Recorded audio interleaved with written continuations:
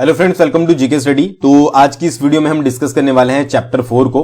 HP GK series जो हमारी चली हुई है एचपी पीएससी के एग्जाम्स के लिए, सभी एग्जाम अब इसी के अंडर होंगे, तो उसके लिए जो है वो चैप्टर 4 होगा। 3 चैप्टर ऑलरेडी बन चुके हैं। एक नया जो है वो हमने ऐड किया है इसमें फॉर्मेट कि अब जो है वो हिमाचल जीके के साथ साथ जो है वो एचपी करंट अफेयर्स भी आपके यहां पर कवर किए जाएंगे। बहुत सारे कैंडिडेट बोल रहे थे कि एचपी करंट अफेयर भी पढ़ाओ, तो अब जो है वो जीके के साथ आप प्लस में करंट अफेयर भी पढ़ोगे इसी वीडियो में, आगे आने वाली वीडियोस में भी। देखिए, ये मैं बोलता हूं कि रोज तो एचपी के करंट अफेयर होते नहीं है, अब चाहे 10 हो चाहे 15 हो एक दिन में, वो भी कवर किए जाएंगे। 1 हो 2 हो वो भी कवर किया जाएगा, और जिस दिन नहीं होंगे उस दिन हो सकता है कि कवर ना किया जाए, फिर आप जो है वो एचपी जीके ही पढ़ोगे। बट जब जब करंट अफेयर होगा, जो जो इंपॉर्टेंट होगा, वो सारा मटेरियल आप तक जो है वो पहुंचाया जाएगा। सभी एग्जाम्स के लिए है, किसी भी आप एग्जाम की तैयारी कर रहे हो, बदले में बस आप एक शेयर कर दिया कीजिए अपने फ्रेंड्स के साथ, सबके साथ, ताकि हमारी मेहनत जो है वो रंग लाए। सबसे पहले क्वेश्चन की बात करते हैं। सबसे पहला क्वेश्चन है आपका यहां पर, टोनी देवी मेला हिमाचल प्रदेश के किस जिले में लगता है? अगर आपने पहले सुना है बहुत अच्छी बात है, साथ साथ खुद से ही आपको जो है वो आंसर करना है, ताकि आप चेकआउट कर पाओ कि हाँ भाई, मेरी तैयारी इतनी है, मुझे जितना बताया था, जितना उसमें पूछा गया था, मुझे सारा आता था। 4 ऑप्शन दिए गए हैं, चारों में से चूज कर लीजिए। बिलासपुर, चंबा, मंडी, हमीरपुर, कहां पर जो है वो टोनी देवी फेयर जो है वो लगता है या टोनी देवी का मेला लगता है? तो इसका जो सही आंसर है वो है आपका हमीरपुर डिस्ट्रिक्ट। हमीरपुर डिस्ट्रिक्ट में जो है वो टोनी देवी फेयर जो है वो आपका लगता है। ठीक है जी। अच्छा, और अदर फेयर की बात करें तो अब हम हमीरपुर के बारे में बात कर रहे हैं। तो सबसे पहले तो आपको पता लग गया टोनी देवी मेला। उसके बाद यहां पर जो इंपॉर्टेंट फेयर है वो है आपका गसोता महादेव। ये मेला भी आपका जो है वो कहां पर लगता है? हमीरपुर पे लगता है। हमीरपुर की बात कर रहे हैं यहां पर। सेकंड बात करें वो है आपकी सुजानपुर की होली। अगर आपसे डिस्ट्रिक्ट पूछी जाए तो हमीरपुर, अगर पर्टिकुलर प्लेस पूछा जाए तो सुजानपुर की होली आपको पता है कि फेमस है बहुत ज्यादा। फिर आता है आपका बाबा दियोट सिद्ध मेला। बाबा दियोट सिद्ध मेला ये हो गया आपका। 4th नंबर पर कौन सा हो गया आपका? 4th नंबर पर हो गया आपका गांसिया मेला। गांसिया मेला। उसके बाद 5th नंबर की बात करें, 5th नंबर पर आपका अबाह देवी मेला हो गया। अबाह देवी मेला हो गया। 6 पर आपका जो है वो मान लीजिए मारकंडा मेला हो गया। मानना नहीं है, मतलब होता है। ठीक है जी। उसके बाद फिर आपका झनियारी मेला हो गया। फिर आपका 8th नंबर पर हम बोलें तो ये है आपका पीपलू राह मेला। पीपलू राह मेला हो गया। उसके बाद 9th पर आपका शेर मेला हो गया। ये फेमस है, शेर मेला या शायर मेला बोला जाता है इसको। और फिर 10वें पर हो गया आपका बागी मेला। तो ये मेले आपको याद रखने हैं, और मुझे पता है मैक्सिमम ने इनमें से बहुत सारे मेले नहीं पढ़े होंगे, बट हमारा काम है आपको वो चीज पढ़ाना जो अभी तक आपने जो है वो नहीं पढ़ी है। मैंने पहले ही जब सीरीज शुरू करी थी बोला था कि ऐसी डिटेल हम डिस्कस करेंगे जो कि आपको नहीं पता है। नॉर्मल सी तो सारी चीजें आप पढ़ते रहते हो, और अब इसके बाद आप ये भी जो है वो आसानी से याद रख पाओगे। तो 10 इंपॉर्टेंट मेले आपको हमीरपुर के बारे में याद रखने हैं। अब देखिए, मैं चाहता तो 10 एमसीक्यूज इस पर क्रिएट कर सकता था, 10 एमसीक्यूज। ठीक है, 10 एमसीक्यूज, और वीडियो जो है वो 100 एमसीक्यूज की बना देता, क्योंकि एक एक सेक्शन में हम इतना डिटेल तो जो है वो कवर करते हैं कि उससे 10 एक एमसीक्यूज निकल दे। बट यहां पर फिर एमसीक्यूज डायरेक्टली पढ़कर कोई फायदा नहीं होता, तो एक एमसीक्यूज उसके साथ डिटेल आप जब पढ़ते हो तो आपके दिमाग में ज्यादा याद रहती है। ठीक है जी। दूसरा, कई स्टूडेंट मुझे बोलते हैं कि टॉपिक वाइज जो है वो आप कवर करवाओ। टॉपिक वाइज इसलिए हम नहीं चल रहे हैं। देखिए, जब आप, अगर मान लीजिए मैंने कल को एक वीडियो बनाता हूं कि रिवर के ऊपर जो है हम एमसीक्यूज डिस्कस कर रहे हैं, तो आप जब रिवर रिवर रिवर पढ़ते रहोगे तो आपके दिमाग में जो है वो सैचुरेशन क्रिएट हो जाती है, और आप फिर बोरिंग, मतलब कि जब आपको वीडियो जो है वो आगे चलकर बोरिंग लगने लग जाती है। तो इसलिए क्वेश्चन जो है वो चेंज होते हैं। हाँ, जब डिटेल में पढ़ना पड़ता है तो आप जो है वो टॉपिक वाइज चल सकते हो। तो इसी कारण टॉपिक वाइज हम नहीं पढ़ाते, ताकि आप जो है वो ज्यादा बोर ना हो जाए, क्योंकि जब नदियां पढ़ते रहोगे तो ज्यादा नदियां आपको याद रहेंगी नहीं। तो इसलिए क्वेश्चन को जो है वो स्विच किया जाता है, अलग अलग टॉपिक से निकालकर आपके पास लाया जाता है। बट आप टेंशन मत लीजिए, सारी चीजें जो है वो आपकी कवर करवाई जाएगी। तो ये चीजें कवर होगी। 10 मेले आपको पता लग गए हमीरपुर के इंपॉर्टेंट कौन कौन से हैं, तो ये अपने टिप्स पर जो है वो याद रखिएगा। आगे बढ़ने से पहले, सब इंस्पेक्टर और एसआई के एग्जाम आपको पता ही है कि अब जो है वो गवर्नमेंट बहुत जल्दी निकालेगी। तो एसआई हो गया आपका, और जेओए हो गया।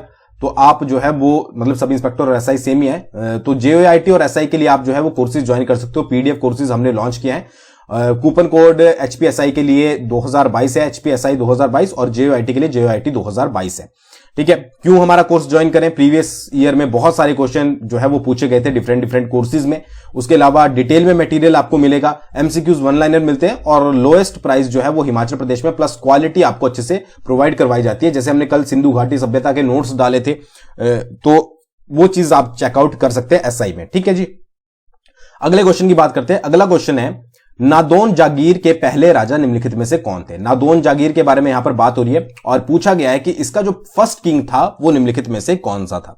तो इसका जो सही आंसर है वो है आपका जोधबीर चंद। ठीक है, पहले राजा जो थे वो जोधबीर चंद थे। अच्छा देखिए, जो नादौन जागीर है, अब नादौन तो पड़ता है आपका प्रेजेंट में तो हमीरपुर में पड़ता है, ये आपको पता ही होगा, बट जो प्रीवियस में ये पड़ता था आपका कांगड़ा में, मतलब कांगड़ा का एक पार्ट था, और इस पर जो शासन था वो कटोच वंश का था। ठीक है, तो ये चीज भी इंपॉर्टेंट है, याद रखिएगा कि जो अब आपसे पूछा जा सकता है कि नादौन जो है वो हमीरपुर में है, बट इससे पहले जो नादौन जागीर थी वो किसका पार्ट थी? तो वो थी आपकी कांगड़ा का पार्ट। एक ये हो गया। सेकंड, उस पर किसका शासन था? तो कटोच वंश का उस पर जो है वो शासन था। अच्छा, कौन सा राजा था पहला? तो वो था आपका जोधबीर चंद। सेकंड आपका अमरचंद था। थर्ड आपका नरेंद्र चंद था। ये इसी तरीके से फोर्थ, ये पूरे जो है वो सीक्वेंस वाइज मैंने लिखे हैं ताकि आपको अमरचंद, नरेंद्र चंद, महेंद्र चंद, इनके बारे में कभी बाद में बात करेंगे। वैसे इनके जीवन काल से रिलेटेड कुछ ज्यादा इंपॉर्टेंट पॉइंट यहां पर नहीं है। अच्छा, जोधबीर चंद जो था उसके बारे में एक दो चीजें डिस्कस कर लेते हैं। 1846 में जब आपका पहला एंग्लो सिख युद्ध हुआ था, ठीक है, एंग्लो सिख युद्ध हुआ था, तो उसमें जो है वो अंग्रेजों की सहायता इसने करी थी। तो ये आपका जोधबीर चंद किसकी साइड था? ये आपका अंग्रेजों की साइड था। उसके अलावा फिर आपका जब 1848 में सेकंड एंग्लो सिख वॉर हुआ, उसमें भी ये अंग्रेजों की साइड था। ठीक है, एंग्लो की साइड था। तो ये चीज याद रखिएगा। तो यहां से आपको दो चीजें और भी पता लगी, एंग्लो सिख वॉर पहला 1840 में, दूसरा 1848 में। और अगर नादौन जागीर की बात करें तो इसका जो जोधबीर चंद राजा था दोनों में अंग्रेजों की साइड था। उसके अलावा 1857 का जब विद्रोह हुआ था उस समय नादौन जागीर का कौन सा राजा था? वो भी आपका जोधबीर चंद था। तो ये 3-1-4 क्वेश्चन आपको याद रखने। और 1857 वाले तो बहुत ज्यादा कवर हो चुके हैं, आपको पता ही है, राजा वगैरह वजीर वगैरह हमने कर ही ले हैं। तो ये चीज आप जो है वो याद रखिएगा। इतने ही पॉइंट इससे जो है वो बनेंगे। नेक्स्ट क्वेश्चन डिस्कस करते हैं। नेक्स्ट क्वेश्चन है, नावर की नाली निम्नलिखित में से किस घाटी का एक भाग है? अब घाटियां तो आपने पढ़ी होगी, डिफरेंट घाटियां है, जैसे कि आपकी रावी घाटी होगी, पब्बर, अश्वनी, सरसा, ऑप्शन में दिए गए हैं। तो इनमें से किसका जो है वो एक पार्ट है नावर की नाली? 4 आपके पास ऑप्शन दिए गए हैं। तो इसमें से जो सही आंसर है वो है आपका थर्ड, पब्बर घाटी। ठीक है, नावर की नाली जो है वो पब्बर घाटी का एक भाग है। वो कैसे मैं आपको बताऊंगा। सबसे पहले पब्बर घाटी के बारे में बात करते हैं। पब्बर घाटी जो है वो रोहड़ू में है, और इसको जो है इसीलिए रोहड़ू घाटी भी कहा जाता है। तो ऑप्शन में आपके पास जरूरी नहीं है कि पब्बर घाटी हो। नावर की नाली से रिलेटेड क्वेश्चन आपका जो है वो रोहड़ू घाटी के रूप में भी आ सकता है, या फिर क्वेश्चन ये भी आ सकता है कि पब्बर की घाटी का और जो है वो नाम क्या है, तो वो है आपका रोहड़ू घाटी। ये मैं हर एक तरीके से आपको इसलिए बताता रहता हूं क्योंकि आपके दिमाग में छप जाए, आपको दोबारा पढ़ने की जरूरत ना पड़े। ठीक है जी। अब इस घाटी को किस नदी से पानी मिलता होगा? ऑब्वियस ही बात है, पब्बर नदी से पानी मिलता है। पब्बर नदी कहां से निकलती है? चांशल चोटी से निकलती है। और प्रीवियस वीडियोस में मैंने आपको बताया कि चांशल चोटी कहां पर है। तो 2 पॉइंट याद रखिएगा कि रोहड़ू घाटी इसको बोलते हैं, पब्बर नदी इसको पानी देती है, और पब्बर नदी कहां से निकलती है? चांशल चोटी से निकलती है। अच्छा, जब अध्ययन किया गया तो अध्ययन की दृष्टि से जो है मतलब कि पब्बर घाटी को जो है वो 5 भागों में बांटा गया।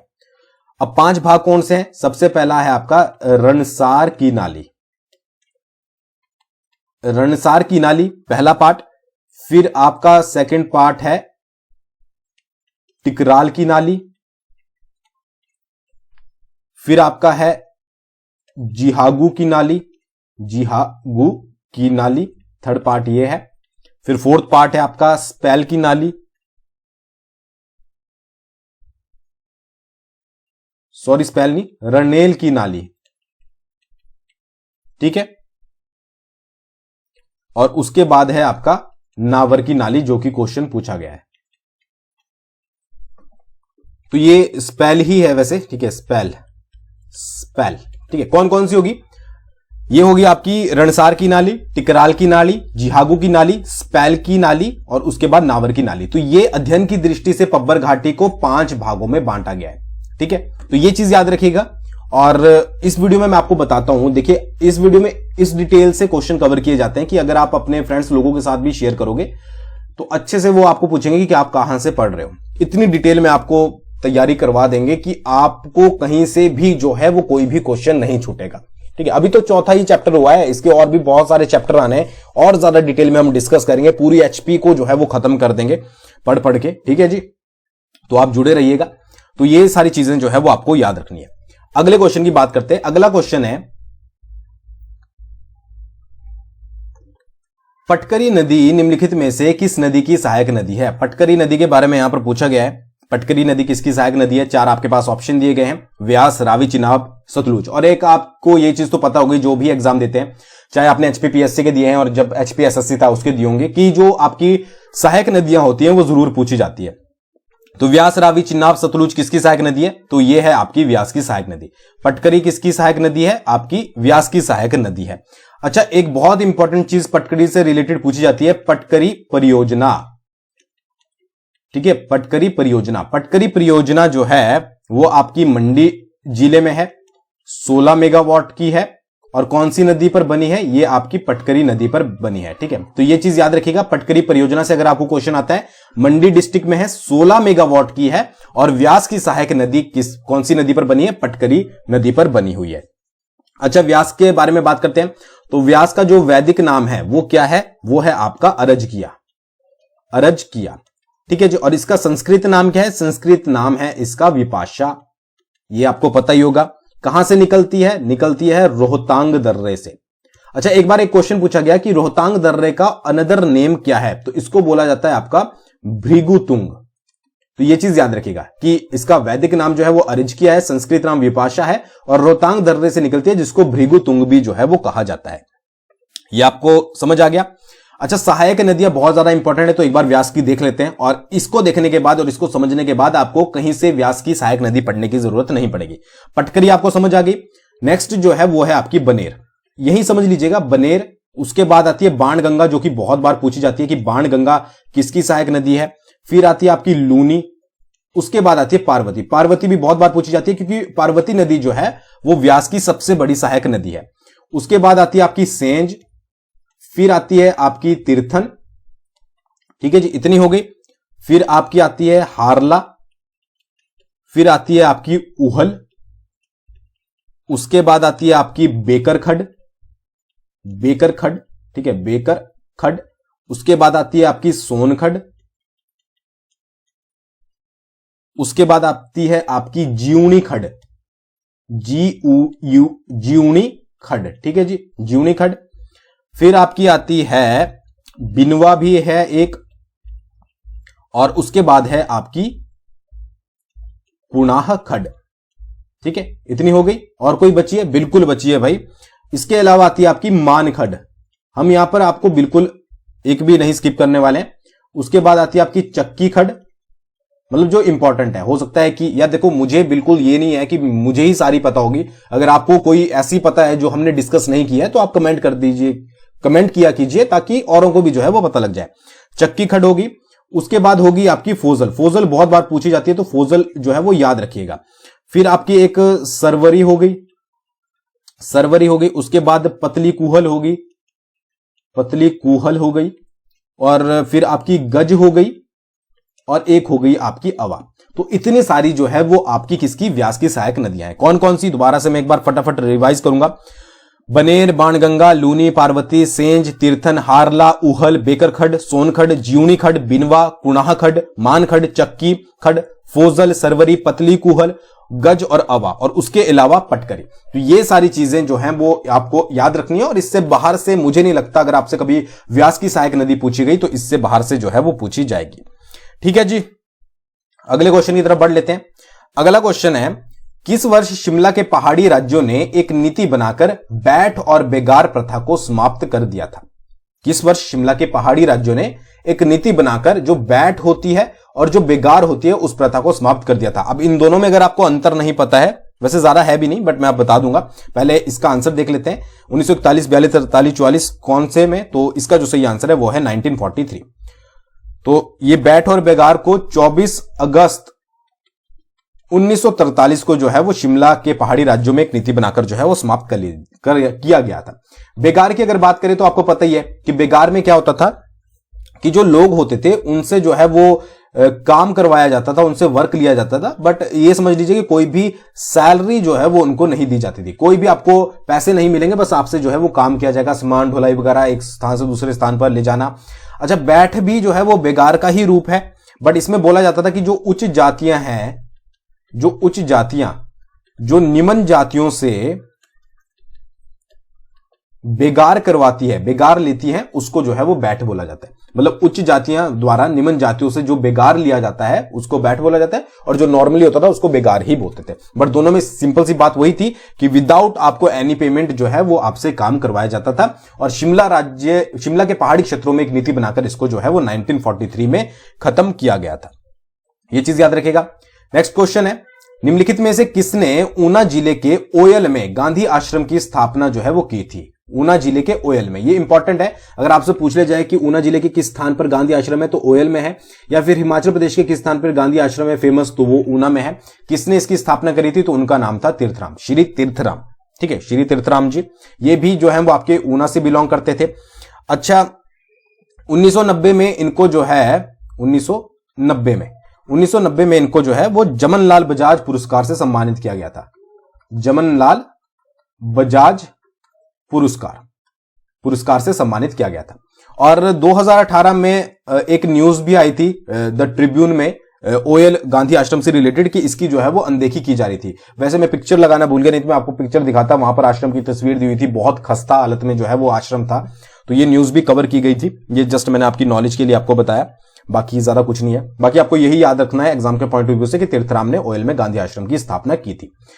नेक्स्ट है, हाल ही में ही अखिल भारतीय स्तर पर जारी नवीनतम अपराध एवं अपराधी ट्रैकिंग नेटवर्क प्रगति रैंकिंग में हिमाचल प्रदेश पुलिस को कौन सा स्थान हासिल हुआ है? तो ये मैंने आपका करंट अफेयर यहां पर ऐड कर दिया, तो इसका आंसर है यहां पर पहला। इससे ज्यादा आपको पढ़ने की जरूरत नहीं है कि हिमाचल प्रदेश को latest crime and criminal tracking network CCTNS की प्रोग्रेस रैंकिंग में जो है वो फर्स्ट प्लेस मिला है। तो इतना ही करंट अफेयर जो है वो मुझे अच्छे से मिला। बाकी जो करंट अफेयर भी वो होने चाहिए जो आपके एग्जाम के पॉइंट ऑफ व्यू से इंपॉर्टेंट हो। आगे क्वेश्चन डिस्कस करते हैं। कुल्लू रियासत के किस राजा ने मंडी पर आक्रमण करके गुम्मा द्रंग की नमक की खानों पर कब्जा कर लिया था? पहले तो क्वेश्चन यही बन जाता है कि मंडी के किस जगह पर जो है वो नमक की खान है, तो गुम्मा और द्रंग। अब कुल्लू की रियासत का एक ऐसा राजा भी था जिसने भाई आक्रमण किया कि भाई नमक मुझे चाहिए, तो नमक की खानों पर तो मेरा कब्जा रहेगा। तो वो था आपका मान सिंह। ठीक है, मान सिंह जो है वो उसका नाम था। अच्छा, आपको ये तो पता लग गया कि गुम्मा और द्रंग नमक की खानों पर कब्जा किया गया था, बट कब किया गया था? तो उसका आंसर होगा आपका 1700 में। ठीक है, ये याद रखिएगा, सेकंड क्वेश्चन बनता है 1700 में। अच्छा, अगर बात करें मान सिंह की, तो इसके शासनकाल में, मतलब जब कुल्लू रियासत पर इसका शासन था, तो जो कुल्लू रियासत थी उसका क्षेत्रफल जो है वो 10,000 वर्ग मील हो गया था। मतलब कि इसने इतना ज्यादा जो है वो अपने शासन को फैला लिया था। इसके अलावा जो है वो लाहौल स्पीति को इसने अपने अधीन कर लिया था, उस पर हमला करके। ठीक है, तो ये कुछ पॉइंट आप याद रख सकते हैं। और बाद में होता ही है कि जो ज्यादा बढ़ता है फिर उसका जो है वो कोई ना कोई दुश्मन हो जाता है। तो कुम्हार सैन के राजा ने जो है वो 1719 में धोखे से जो है वो मान सिंह को मरवा दिया था। ठीक है, तो ये चीज याद रखिएगा। बाकी 1700 ईस्वी आपको याद रखना है, और भी जो चीजें डिस्कस करी वो सब याद रखनी है। नेक्स्ट क्वेश्चन है, सिरमौर जिले में राजबन सीमेंट फैक्ट्री की स्थापना किस वर्ष की गई थी? सबसे पहले तो राजबन सीमेंट फैक्ट्री कहां पर है? तो वो है आपकी सिरमौर जिले में। कब स्थापना की गई थी? तो वो की गई थी आपकी 1980 में। ठीक है, किस चीज की फैक्ट्री है? वो है आपकी CCI की, CCI सीमेंट फैक्ट्री। और इसकी डेली क्षमता जो है वो 600 टन की है, 600 टन प्रतिदिन की क्षमता। उसके बाद सेकंड जो है वो आपको पता ही है कि बिलासपुर के बरमाणा में जो है वो कंपनी है जिसका इशू भी चला हुआ था, ACC की है। और इसको जो स्टैब्लिश किया गया था 1984 में किया गया था। 2 यूनिट इसकी क्रिएट की गई थी और दोनों यूनिट की क्षमता जो है वो 1700 टन प्रतिदिन है। फिर आपकी सोलन में आती है दाड़ला घाट